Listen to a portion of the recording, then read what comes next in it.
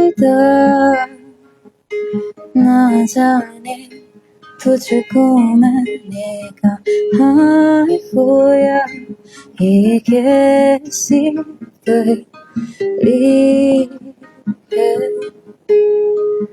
मेरी कहानी, ये तो स्याही है, ये कैसी पहेली है मेरे चांद का तू है। बहुत बढ़िया। तो नमस्कार, आप लोगों का स्वागत है द अर्थ न्यूज में। जिनकी आपने अभी इतनी सुरीली आवाज सुनी है, ये और कोई नहीं बल्कि जम्मू से ही है। सुनकर हैरान हो जाएंगे ना आप लोग। तो ये जम्मू से ही हैं और इनका इंट्रोडक्शन आपके साथ जरूर शेयर करेंगे। पर सबसे पहले आपको ये बता दूं कि ये अक्षिता मैंगी है, और दूसरी तरफ ये कि इन्होंने जम्मू से होकर जम्मू का नाम रोशन किया है। के पॉप सॉन्ग्स इनकी तरफ से अब निकाले जा भी रहे हैं, स्पॉटिफाई पर भी आ चुके हैं। सबसे पहले तो अक्षिता, आपका बहुत बहुत स्वागत है द न्यूज में। Thank you so much. पहले तो ये कि आपकी आवाज इतनी अच्छी है, और क्या सब शुरू से अगर शुरू किया जाए तो क्या आपको शुरू से शौक था, बचपन से शौक था, या फिर कभी धीरे धीरे एक दूसरे को देखकर ये इंटरेस्ट आपके अंदर डेवलप हुआ?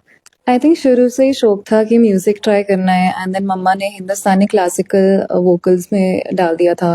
तो वहाँ पे 6 इयर्स का सीनियर डिप्लोमा किया, तो वहाँ से मेरा इंक्लिनेशन टुवर्ड्स म्यूजिक स्टार्ट हुआ। बट देन असल में when I was in college and college की म्यूजिक टीम बनी, देन आई रियलाइज्ड कि this is something I really want to pursue. तो वहाँ से मैंने म्यूजिक को सीरियसली। अक्षिता, इंडी पॉप के बारे में कहा जाता है कि इट्स वेरी डिफिकल्ट, और इसको सीखने के मामले में भी बहुत सारी टेक्निकलिटीज होती हैं जिनके ऊपर ध्यान देना पड़ता है। जम्मू के और भी काफी सारे बच्चे हैं, पर इंडी पॉप के अंदर कोई ही देखने को मिलता है। ऐसे में कैसा लगता है कि लोगों में से आप वो है जो रेयर की कैटेगरी में आते हैं? आई थिंक खुद के गाने बनाना में जो मजा आता है वो मुझे कहीं नहीं आ सकता, क्योंकि आप अपनी बात म्यूजिक के थ्रू एक्सप्रेस कर पा रहे हैं, वो कितनी बड़ी बात होती है। सो आई थिंक वो समथिंग जो है जो मैं एक्चुअली पर्सनली रिलेट कर पाती हूँ, कि खुद के गाने लिखना, खुद की बातें बताना लोगों को थ्रू म्यूजिक, तो अच्छा लगता है वो करने में। गानों के थ्रू कहा जाता है कि हमेशा कोई ना कोई फीलिंग एक्सप्रेस की जाती है।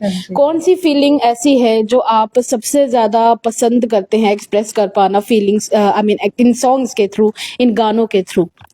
आई मोस्टली राइट अबाउट जैसे कि पर्पस के बारे में, बिलोंगिंग के बारे में। जैसे अभी नया गाना आ रहा है वो वुमेन एम्पावरमेंट के बारे में। जी हाँ, अभी हमने सुना था एक नया सॉन्ग आने वाला है, और जल्दी रिलीज हो रहा है, अप्रैल में रिलीज हो रहा है। हाँ, ये 18 अप्रैल को रिलीज हो रहा है जी। सो बस ये यूनिक थीम्स के बारे में, कि जितना आप ट्रूथ के क्लोज जा पाओ और इनके बारे में बात कर पाओ, तो उससे ही। अक्षिता के बारे में मैं आपको एक बात और बता दूं, आप लोगों ने जिन सिंगर्स का नाम सुना है, दर्शन रावल हो, गजेंद्र वर्मा हो, जसलीन, इन जैसे बड़े बड़े नामों के साथ ये परफॉर्म कर चुकी हैं, तो जम्मू कश्मीर का नाम रोशन कर रही हैं। और वैसे भी हम लोग हमेशा ही कहते हैं ना कि जम्मू कश्मीर में टैलेंट की कमी नहीं है, बस जरूरत है एक प्लेटफॉर्म की। हालांकि प्लेटफॉर्म की अगर मैं बात करूं तो हमने सुना ही कि आपने कई सारे शोज में परफॉर्म भी किया है। हालांकि कॉन्सर्ट्स कोई छोटा काम नहीं होता, बहुत मुश्किल होता है इतनी सारी क्राउड को संभालना। कैसा एक्सपीरियंस रहता है आपका उसमें? आई थिंक स्टार्टिंग में मैं काफी नर्वस होती थी, मुझे स्टेज फ्राइट होता था, लाइक शिवर हो जाने लगना and all that. But with time ना आपको समझ आ जाता है कि क्राउड को कैसे रीड करते हैं, उनकी क्या एनर्जी है, कौन सा गाना पहले गाना है एंड कैसे हैंडल करना है। सो वो थ्रू एक्सपीरियंस, अब मैं 4 साल से परफॉर्म कर रही हूँ, तो वो पता चल जाता है कि कैसे उनको कैरी करना है थ्रू आउट। तो अब इतना डर नहीं लगता है। 2022 में भी आपका सिंगल आया, 2023 में भी आपका सिंगल आया, और फिर 24 में तो आप इतना ज्यादा शोज और कॉन्सर्ट्स में बिजी रही हैं। 2025 का जो नया सॉन्ग आने वाला 18 अप्रैल आपने अभी कहा, उसका टाइटल क्या आपने रखा हुआ है और कहाँ रिलीज करने वाली है? उसका टाइटल जिगरे है, विच मीन्स करेज, बताने के लिए कि हर वुमेन के अंदर वो जिगरा रहता है, to be who they are. And ये हर जगह डिजिटल प्लेटफॉर्म्स पे रिलीज होगा, जैसे कि स्पॉटिफाई, यूट्यूब, अमेजोन, तो आप वहाँ पे सुन सकते हैं। एंड इंस्टाग्राम पे मेरे अपडेट्स आते रहते हैं, तो उस पर भी अगर आप फॉलो करेंगे तो अच्छा, इंस्टाग्राम पे आपके इतने सारे फॉलोअर्स तो होंगे, पर रियल लाइफ में जो इंसान का सबसे बड़ा करेज होता है, क्योंकि आप जिगरे की बात कर रहे हैं, तो इंसान का सबसे बड़ा करेज होता है उसकी फैमिली का सपोर्ट कितना ज्यादा मिलता है, और देख के कैसा लगता है कि फैमिली इतना हाँ इसने ही करना है बट उनको भी है कि प्रोग्रेस हो रहा है कंप्लीटली सपोर्टिंग इट तो अच्छा लगता है कि फैमिली सपोर्ट करे because that is your biggest strength ना इन द एंड तो अगर वो नहीं करे तो यू स्टार्ट डाउटिंग योरसेल्फ तो आई एम जस्ट ग्रेटफुल कि फैमिली सपोर्ट कर रहा है। दर्शन और रावल और गजेंद्र वर्मा काफी बड़े बड़े नाम हैं।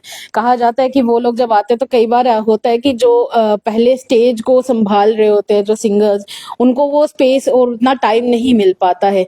कैसा लगता है कि इन लोगों के साथ आपने काम किया है, किस तरह का एक अलग अनुभव जो आपको फील होता है कि बाकियों को नहीं हो पाया पर आपको हो पाया? आई थिंक थोड़ा मुश्किल होता है क्योंकि अगर आप इतने बिगर आर्टिस्ट की ओपनिंग कर रहे हो सो जो क्राउड आया है वो उनको देखने आया है तो ओपनिंग एक्ट सिर्फ उनको वार्म करने के लिए होता है बट अगर आप उसी 20 मिनट में उनको वार्म कर सकते हो जितने आप कैपेबिलिटी है तो that is the best thing ever. तो उनको डांस करवाओ, स्टार्टिंग में शुरू हो जाओ। जिगरे की कुछ लाइनें अगर आप हमें सुना दे तो कैसा रहेगा, because we want to listen. हालांकि 18 अप्रैल को रिलीज होगा पर हम थोड़ा अभी सुनना चाहते हैं। Would you please? बिल्कुल। चलिए 2 लाइनें सुन लेते हैं फिर। बेजुबान बेनिशान हाँ मैंने झेले तूफान। सब इंस्पायर भी होने वाले हैं। एक बड़ा सवाल, क्योंकि अब आप यहाँ पर हैं और सुना है आपकी स्ट्रीम पहले कुछ और थी, स्ट्रीम पहले क्या रही है वो भी बता दें मुझे। मैंने एक्चुअली बैचलर्स इन साइंसेस की है, माइक्रोबायोलॉजी में, केमिस्ट्री और बायोटेक्नोलॉजी में। ऐसा क्यों है कि साइंसेस वाले और इंजीनियरिंग वाले स्टूडेंट्स ही इन सभी फील्ड में जाते हैं संगीत इंसान को, पर आगे आप इसकी जर्नी को क्या सोच कर चलती हैं, क्या सोचती हैं कि यहाँ पर तो यहाँ के लोग अब आपको जानने लगे हैं, जम्मू से बाहर चले जाएं दूसरी स्टेट्स में भी अब लोग आपको जानने लगे हैं, इंस्टाग्राम पे काफी फॉलोअर्स भी हो चुके हैं, अपनी लाइफ में आगे क्या सोचती हैं कि किस लेवल पर इस सिंगिंग को लेकर जाएंगी?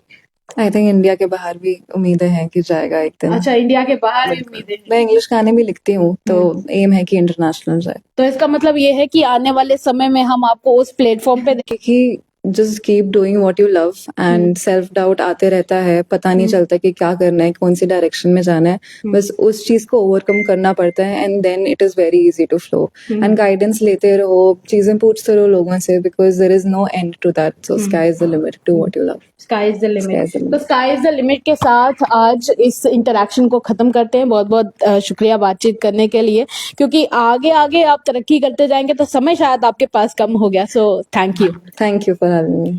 तो चलिए फिलहाल के लिए इतना ही। वीडियो को उन सभी सिंगर्स के साथ शेयर कीजिएगा जो आगे आना चाहते हैं।